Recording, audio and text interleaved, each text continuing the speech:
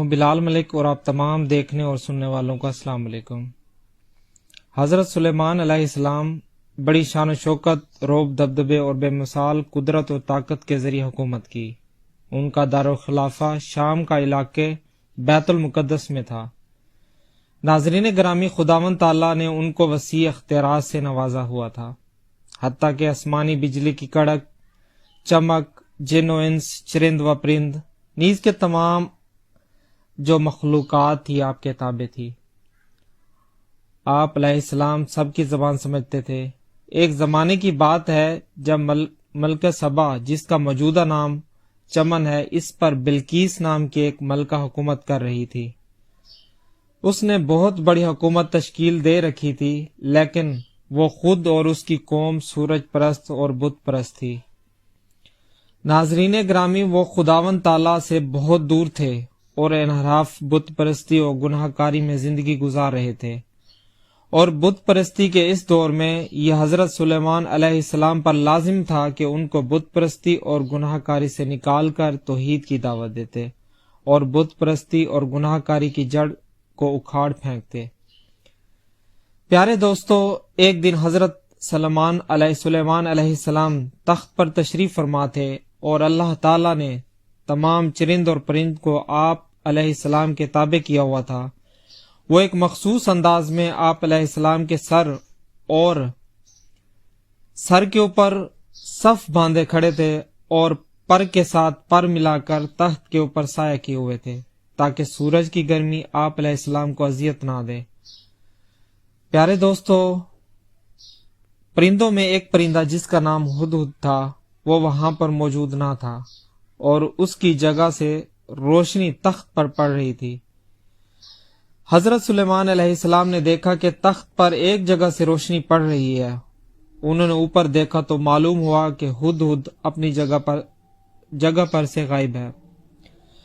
انہوں نے دریافت کیا کہ ہدہد کیوں نظر نہیں آ رہا۔ اس کی عدم موجودگی میں اسے سزا ملے گی، یا پھر ذبح کر دیا جائے گا، یا پھر اس صورت میں ہو سکتا ہے کہ وہ میرے سامنے کوئی واضح دلیل لے کر آئے۔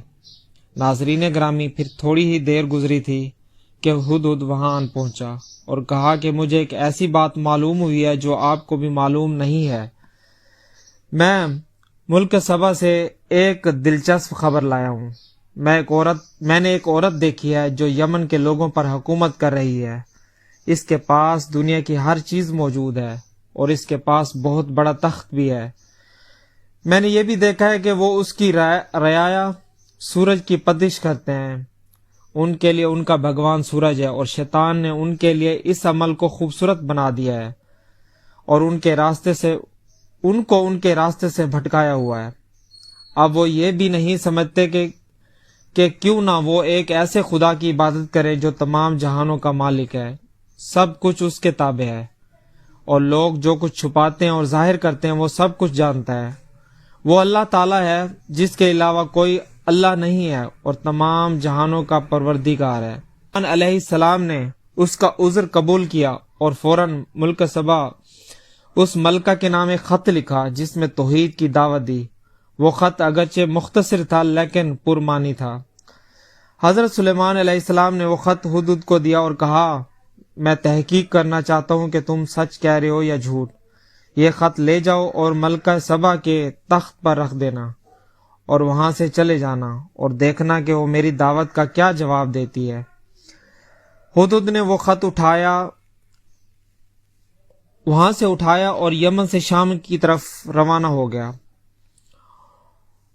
یمن پہنچ کر وہ خط ملکہ بلقیس کے تخت پر رکھ دیا۔ ملکہ بلقیس نے تخت سے وہ خط اٹھایا اور پڑھنا شروع کیا، اور پڑھنے کے بعد معلوم ہوا کہ وہ خط کسی عام شخص کا نہیں ہے بلکہ کسی بڑی شخصیت کی طرف سے بھیجا گیا ہے، اور اس میں بہت اہم مطالبات درج ہیں۔ ملکہ نے اپنے ملک کے بڑے راؤسوں کو بلا بھیجا اور کہا، اے سردارو، اس اہم معاملے میں اپنی رائے کا اظہار کرو، کیونکہ کوئی بھی اہم کام میں تمہاری رائے کے بغیر سر انجام نہیں دیتی ہوں۔ تو جواب میں رعایا نے کہا کہ ہم طاقتور اور جنگجو لوگ ہیں، لیکن فیصلہ آپ نے ہی کرنا ہے کہ آپ کیا جواب دیتی ہیں اور کیا فیصلہ کرتی ہیں۔ ناظرین گرامی، ایک طرف تو سرداروں نے اپنی فرمانبرداری کا مظاہرہ ایک اچھے انداز میں جواب دے کر کہا، اور دوسری طرف اپنی طاقت اور روب دبدبے کا سامنا کر کے جنگ کا بھی اشارہ کر دیا۔ ناظرین گرامی، جب ملکہ نے لوگوں کے اندر جنگ کا ارادہ دیکھا تو سوچ میں پڑ گئی، کیونکہ اس کا ارادہ قطعاً جنگ کرنے کا نہیں تھا۔ ناظرین گرامی، بڑی سوچ بچار کے بعد ملکہ نے یہ فیصلہ کیا کہ ہمیں سب سے پہلے حضرت سلیمان علیہ السلام کو آزمانا چاہیے کہ وہ کیسے لوگ ہیں، آیا کہ وہ بادشاہ ہیں یا پیغمبر۔ اس لحاظ سے ہمیں تحفے اور تحائف سے استفادہ کرنا چاہیے، لہٰذا میں ان کی طرف کچھ تحائف بھیجتی ہوں اور دیکھتی ہوں کہ ان کی طرف سے میرے لیے کیا رد عمل آتا ہے۔ بادشاہوں کے نزدیک تحائف کی بہت اہمیت ہوتی ہے اور یہ ان کی بڑی کمزوری ہوتے ہیں، انہیں تحائف دے کر جھکایا جا سکتا ہے۔ ہم دیکھیں گے کہ اگر انہوں نے تحائف قبول کر لیے تو وہ بادشاہ ہیں، اور پھر ان کے ساتھ جنگ کریں گے اور اپنی پوری طاقت لگا دیں گے، کیونکہ ہم طاقتور لوگ ہیں۔ پیارے دوستو، برعکس اس کے کہ اگر انہوں نے تحائف لینے سے انکار کیا تو ہم سمجھ جائیں گے کہ وہ پیغمبر ہیں اور ہم ان کی طاقت کا مقابلہ نہیں کر سکتے ہیں، اور پھر حقیقت کو تسلیم کر کے جھک جائیں گے۔ ناظرین گرامی، اس خط اور تحائف کے بارے میں قرآن مجید میں تو کچھ نہیں بیان کیا گیا ہے، لیکن کچھ مفسرین اس بارے میں کچھ یوں لکھتے ہیں کہ ملکہ نے ایک گوہر گدے میں رکھا اور اس قاصد کو بھیجا، وہ گوہر لے کر حضرت سلیمان علیہ السلام کے پاس حاضر ہوئے۔ انہیں یہ معلوم تھا کہ جب حضرت سلیمان یہ ہدیہ دیکھیں گے تو بہت خوش ہوں گے، لیکن جب حضرت سلیمان علیہ السلام کے روبرو ہوئے تو انہوں نے ایک عجیب و غریب منظر دیکھا۔ حضرت سلیمان علیہ السلام ان کا استقبال کرنے کی بجائے ان سے کہا کہ تم اپنے مال و دولت سے میری مدد کرنا چاہتے ہو، لیکن میری نظر میں دنیا کی ہر چیز ادنا ہے۔ جو کچھ رب کریم نے مجھے عطا کیا ہے وہ کہیں اس سے بہتر ہے۔ پیارے دوستو، اس کے علاوہ حضرت سلیمان علیہ السلام نے ملکہ سبا کے قاصدوں سے دو ٹوک بات کی کہ تم ملکہ سبا اور سرداروں کے پاس واپس چلے جاؤ اور یہ بات ذہن نشین کر لو کہ ہم بہت جلد ایک بڑا لشکر لے کر ان کے پاس آئیں گے، اور جو ہمارا مقابلہ نہیں کر سکیں گے ہم انہیں ملکہ سبا کی سرزمین سے نکال دیں گے جب وہ اس کے بعد ذلیل اور خوار ہو جائیں گے۔ پیارے دوستو، اس مکمل بحث و مباحثے کے بعد ملکہ سبا کا قافلہ یمن کی طرف چلا گیا، اور انہوں نے حضرت سلیمان علیہ السلام کے جاہ و جلال اور قوت، شان و شوکت کے بارے میں ملکہ کو جا کر بتایا، اور ملکہ بلقیس سمجھ گئی کہ ان کا فرمان حق کا فرمان ہے، اور ہمیں ان کے سامنے سر تسلیم خم کر لینا چاہیے، کیونکہ اپنی اور اپنی قوم کی سلامتی کے لیے ان کے علاوہ اور کوئی چارہ بھی نہیں ہے۔ ناظرین گرامی، ملکہ سبا نے اپنے ہمراہ کچھ لوگوں کو لیا، ایک قافلہ تیار کیا جو سبا سے شام کی طرف روانہ ہوئی۔ جب حضرت سلیمان علیہ السلام کو اس بات کی بھنک پڑی اور معلوم ہوا کہ ملکہ بلقیس اور اس کی بزرگان شام کی طرف آ رہے ہیں، تو آپ علیہ السلام نے حاضرین سے فرمایا کہ تم میں سے کون ایسا شخص ہے جو ملکہ سبا کا تخت ان کے آنے سے پہلے میرے سامنے لے آئے۔ جنات میں سے موجود ایک جن نے کہا کہ جناب والا میں لے آؤں گا، اور اتنا وقت لگے گا کہ آپ اپنی جگہ سے نہیں لیں گے۔ اور وہاں پر موجود ایک اور جن جو کہ موجود تھا، اس نے کہا کہ آپ کی پلک جھپکنے سے پہلے وہ تخت آپ کے سامنے حاضر ہوگا۔ ناظرین گرامی، حضرت سلیمان علیہ السلام نے اپنے قاصدوں سے کہا کہ ملکہ کے آنے سے پہلے جتنے بھی راستے ہیں ان کو ہموار کر دیا جائے اور ان کو سونے اور چاندی کی اینٹوں سے بنا دیا جائے۔ ناظرین گرامی، حضرت سلیمان علیہ السلام نے ابھی پلک ہی نہیں جھپکائی تھی کہ ملکہ بلقیس کا تخت اپنے سامنے پایا، اور فوراً کہا کہ یہ میرے پروردگار کا مجھ پر کرم ہے، اور میں شکر ادا کرتا ہوں کہ مجھے آزمائے، اور شکرانہ نعمت ادا کرتا ہوں۔ اور اس کے بعد حضرت سلیمان علیہ السلام نے حکم دیا کہ اس تخت کو مناسب مقام پر سجایا جائے اور اس میں کچھ رد و بدل کر دی جائے تاکہ ملکہ بلقیس اپنے تخت کو نہ پہچان سکے۔ اور جب ملکہ بلقیس یہاں پر آئے تو اسے پوچھیں گے کہ یہ تخت تمہارا ہے کہ نہیں، اور بدلے میں وہ کیا جواب دیتی ہے۔ حضرت سلیمان علیہ السلام ملکہ سبا کو آزمانے کے لیے اس کے تخت میں کچھ تبدیلیاں کر دیں تاکہ پہچانا نہ جائے۔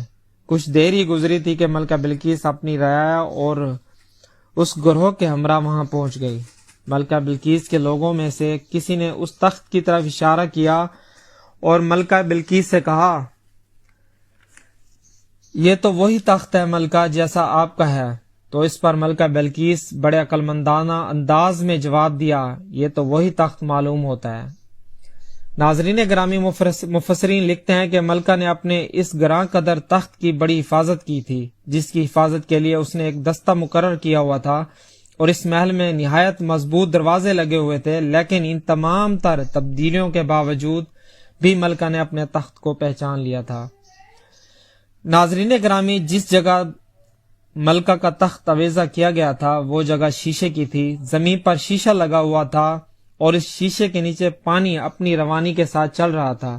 اور جب ملکہ اس محل میں داخل ہوئی، جب اس نے دیکھا کہ سامنے حوض لگا ہوا ہے جس کے اوپر وہ یہ سمجھ رہی تھی کہ یہ حوض میں پانی ہے، لیکن وہ شیشے کا بنا ہوا تھا، تو اس نے اندر آتے ہوئے اپنی پنڈلیوں سے جو کپڑا تھا اوپر کیا، تو اس پر حضرت سلیمان علیہ السلام نے کہا کہ اے ملکہ، اپنی پنڈلیاں اوپر نہ کریں، یہ شیشے کا بنا ہوا ہے۔ جیسا کہ قرآن مجید میں ارشاد ہے کہ بلقیس نے کہا کہ میں نے اپنے نفس پر ظلم کیا تھا، اب میں سلیمان علیہ السلام کے ساتھ خدا پر ایمان لے آئی ہوں، جو تمام جہانوں کا پالنے والا ہے۔ ناظرین گرامی، گویا بلقیس یہ کہہ رہی تھی کہ میں ماضی میں سورج کی پوجا کرتی رہی ہوں اور بتوں کی پوجا کرتی رہی ہوں اور زینت و ذبائش میں گم رہی ہوں، گویا اپنے آپ کو بہترین مخلوق سمجھ رہی ہوں۔ خدایا، شرمسار ہوں، تیری بارگاہ میں آئی ہوں، میں رہبر حق اور رہبر الہی کو قبول کر کے تیرے دربار میں حاضر ہوئی ہوں، کیونکہ تیرے دربار پر سر جھکائے کھڑی ہوں، میری خطاؤں کو درگزر فرما۔ پیارے دوستو، مفسرین لکھتے ہیں کہ ملکہ بلقیس نے حضرت سلیمان علیہ السلام سے شادی کر لی تھی، اور آپ نے دربار ملکہ سبا کے حکمران بھی بنا دیا تھا۔ اگر آپ کو ہماری ویڈیو اچھی لگے تو لائک کریں، مزید اس طرح کی ویڈیوز دیکھنے کے لیے چینل کو سبسکرائب کریں تاکہ ہر آنے والی نئی ویڈیو کا نوٹیفیکیشن آپ تک پہنچتا رہے۔ جزاک اللہ خیرہ۔